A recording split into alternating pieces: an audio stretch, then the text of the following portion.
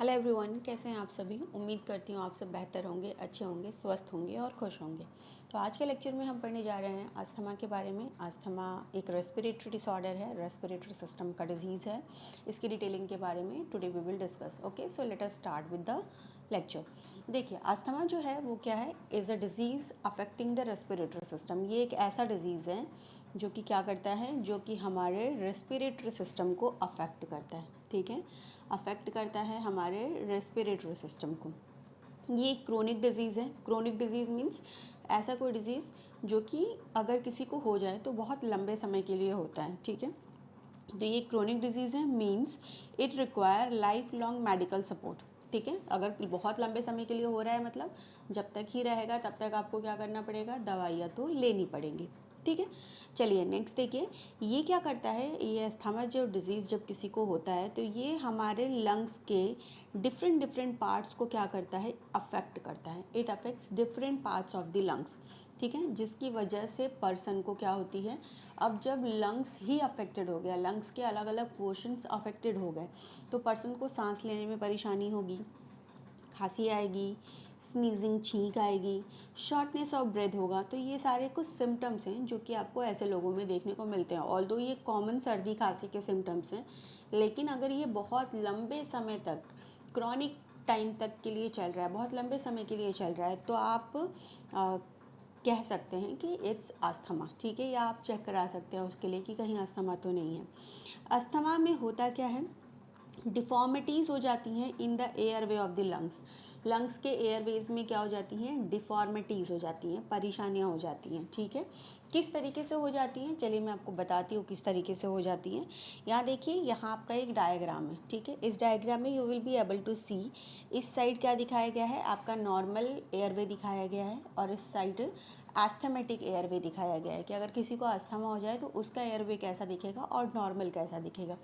तो नॉर्मल देखिए, नॉर्मल पे आपको सब कुछ नॉर्मल दिख रहा है, और इस साइड जिस साइड अस्थमा है उस साइड जो एयरवे है, जो स्पेसिफिकली जो आपका ब्रोंकियोल है, वो आपको कैसा दिख रहा है, उस साइड आपका ब्रोंकियोल में आपको बहुत डिफॉर्मिटीज़ दिख रही हैं। ठीक है ना, बहुत उलझी सुलझी गांठें वगैरह ये वो, और इसके जो पूरी की पूरी ब्रोंकियोल जो है आपकी, वो कहीं से भी डिफॉर्म्ड हो गई है, कहीं साइज़ छोटा है, कहीं बड़ा है, इस तरीके से अलग अलग डिफॉर्मिटीज़ आ जाती हैं। ठीक है, ओके, चलिए इतनी बात समझ आ गई। नेक्स्ट बात देखिए, when you contract the disease, जब किसी को ये डिज़ीज़ होता है तो फिर क्या होता है, तो पर्सन का जो एयरवे है वो इन्फ्लेट हो जाता है। इन्फ्लेट होना मतलब चिपक जाना। ठीक है ना, जैसे बलून को हम इन्फ्लेट करते हैं, जब बलून फूला होता है तो हम उसको इन्फ्लेट करते हैं ताकि उसकी सारी हवा निकल जाए।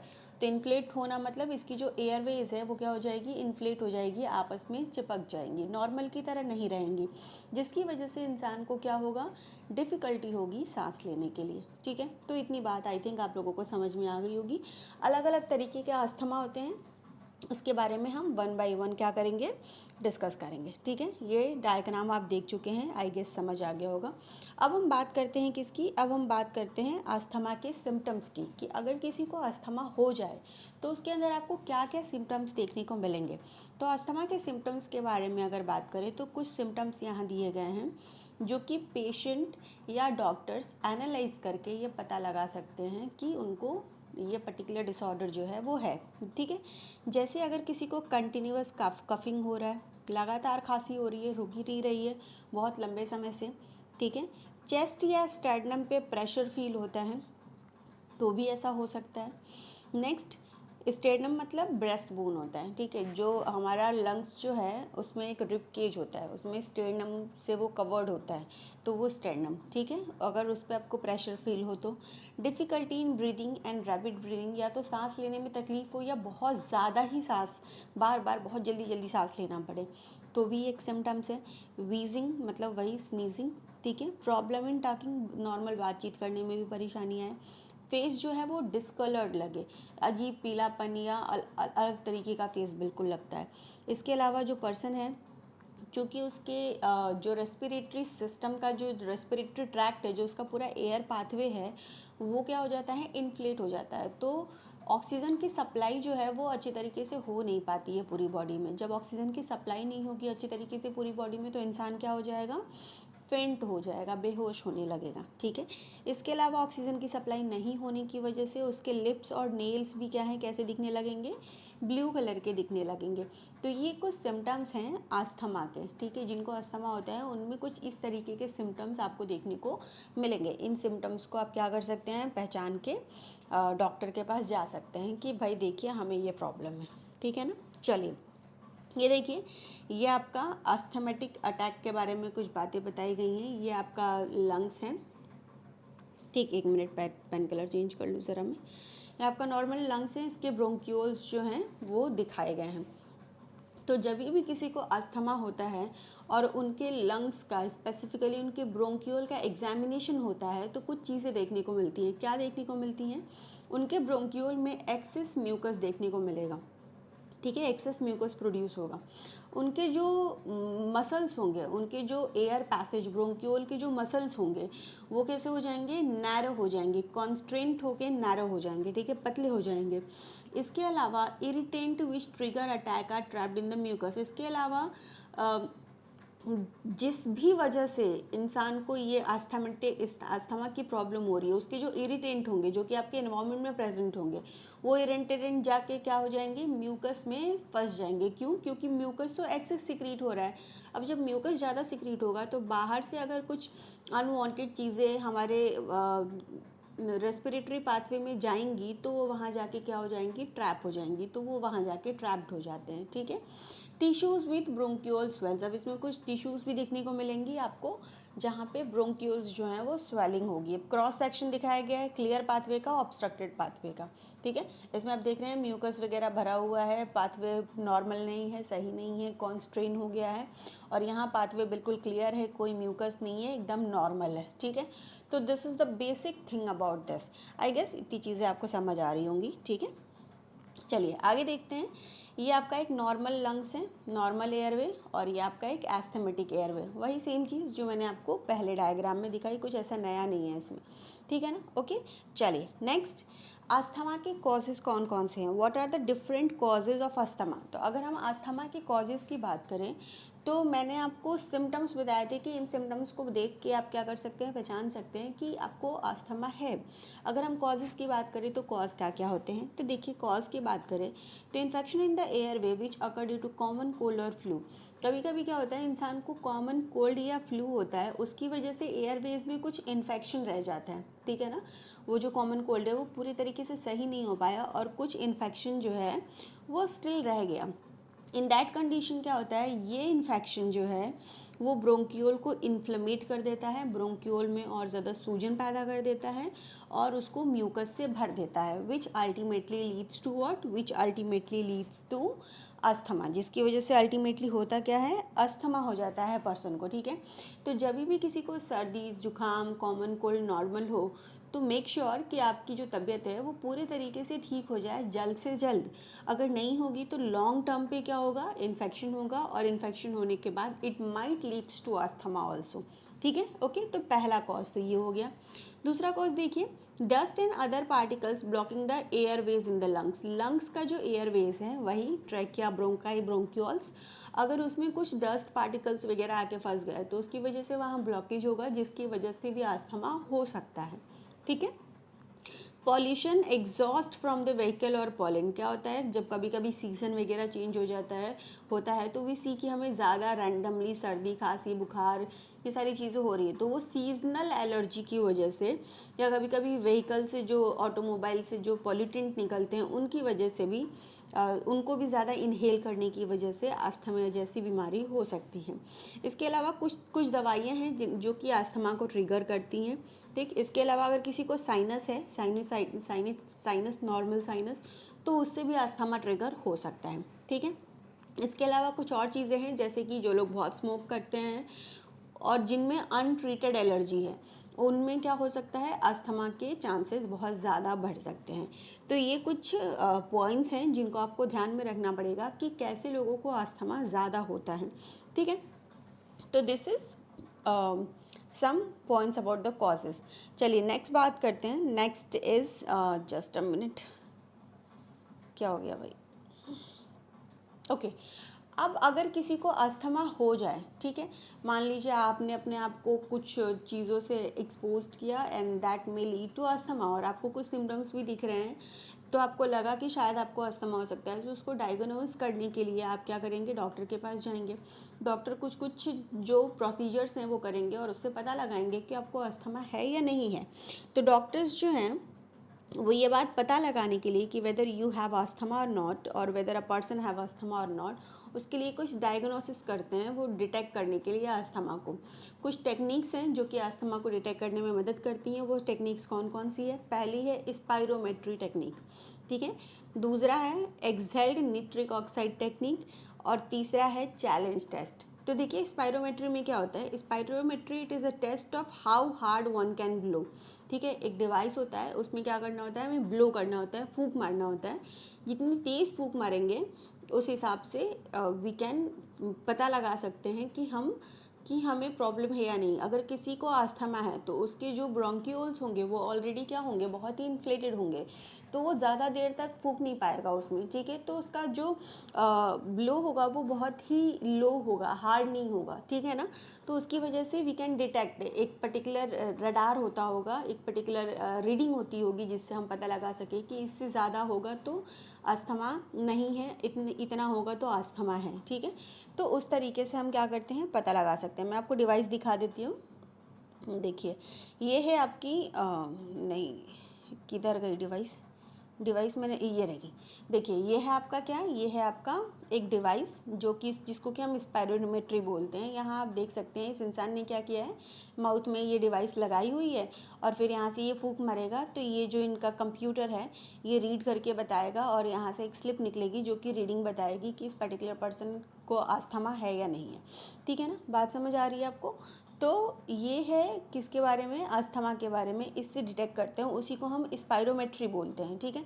तो स्पायरोमेट्री से हम पता लगा सकते हैं कि किसी को अस्थमा है या नहीं है। ये बहुत प्रॉब्लम कर रहा है एक मिनट, यस। अब देखिए स्पायरोमेट्री से ब्लो करके पता कर सकते हैं। इसके अलावा एक्सहेल्ड निट्रिक ऑक्साइड क्या करते हैं, nitric oxide hand held machine, एक मशीन होती है, उसको हाथ में पकड़ते हैं और उसमें एक specific amount of nitric oxide होती है, उसको क्या किया जाता है, पेशेंट के रेस्पिरेटरी पाथवे में इनहेल कराया जाता है, नॉर्मली इनहेल कराया जाता है। अगर हायर लेवल ऑफ जो है बहुत ज़्यादा निट्रिक ऑक्साइड वो इनहेल कर लेता है तो पता चलता है कि उसके जो ब्रोंक्यूल्स हैं वो इन्फ्लेम्ड हैं, क्योंकि उसमें अगर वो इन्फ्लेम्ड हैं, सूजे हुए हैं, तो उसमें ज़्यादा से ज़्यादा निट्रिक ऑक्साइड क्या हो जाएगा, स्टोर हो सकेगा। तो इससे पता चलता है कि उस इंसान को अस्थमा है कि नहीं, उसका जो एयर पाथवे है वो डिस्ट्रक्टेड है या नहीं, ठीक है। नेक्स्ट है चैलेंज टेस्ट। इस टेस्ट में पेशेंट को क्या करते हैं, वो 2 तरीके के केमिकल्स को इनहेल कराया जाता है, पाउडर्ड फॉर्म में या एरोसेल फॉर्म में।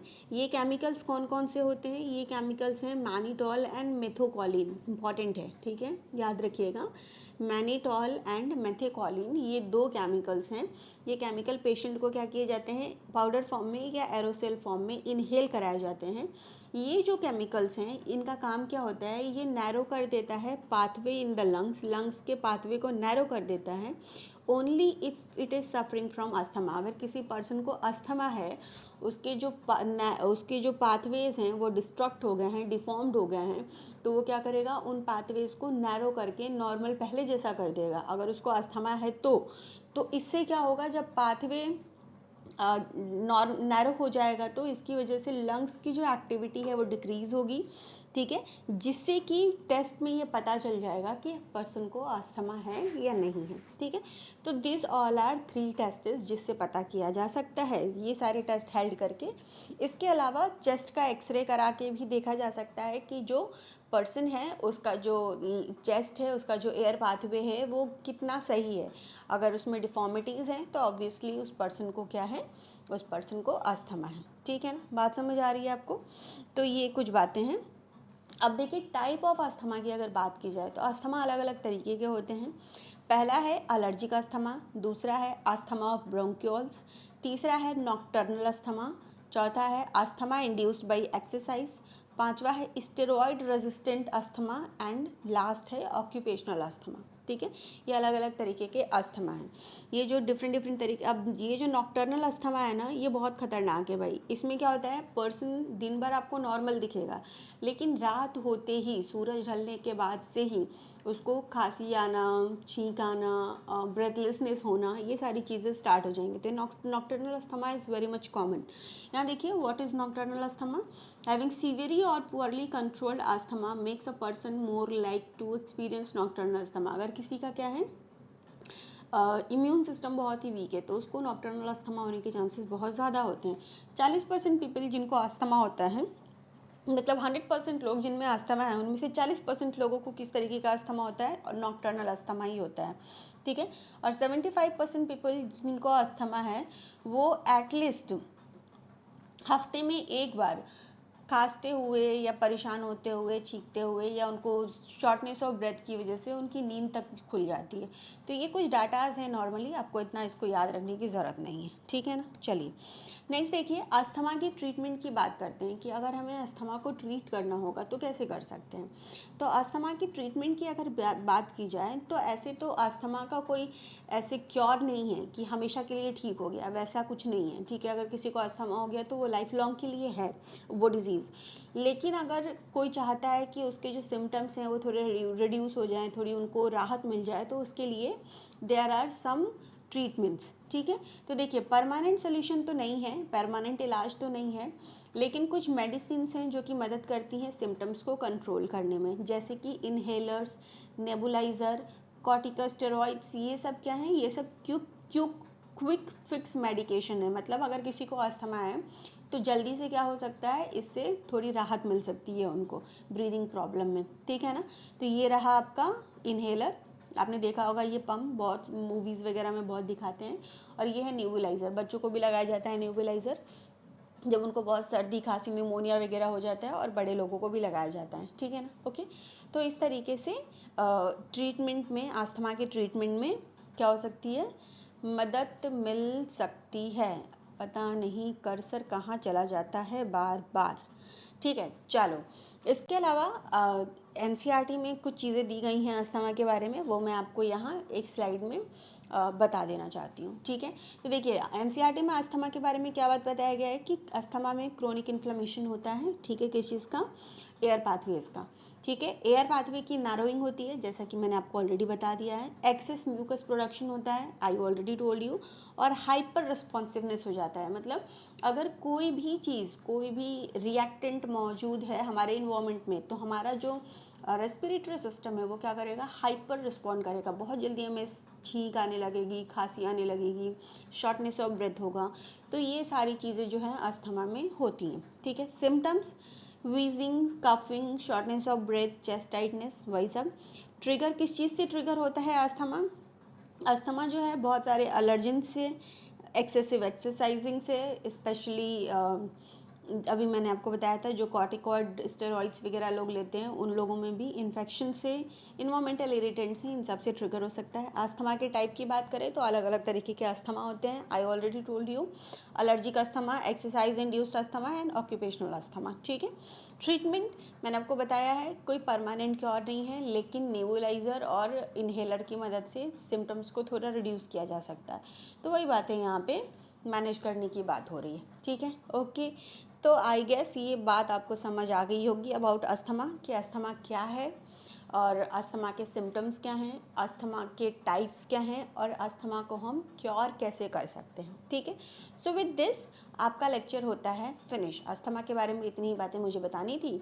आई गेस आपको ये सारी चीज़ें जो हैं वो समझ आ गई होंगी। अगर आ गई हैं तो आगे देखते रहिए वीडियोस और चीज़ें सीखते रहिए, ठीक है। चलिए फिर मिलते हैं नेक्स्ट वीडियो में, तब तक के लिए bye bye, take care and God bless you.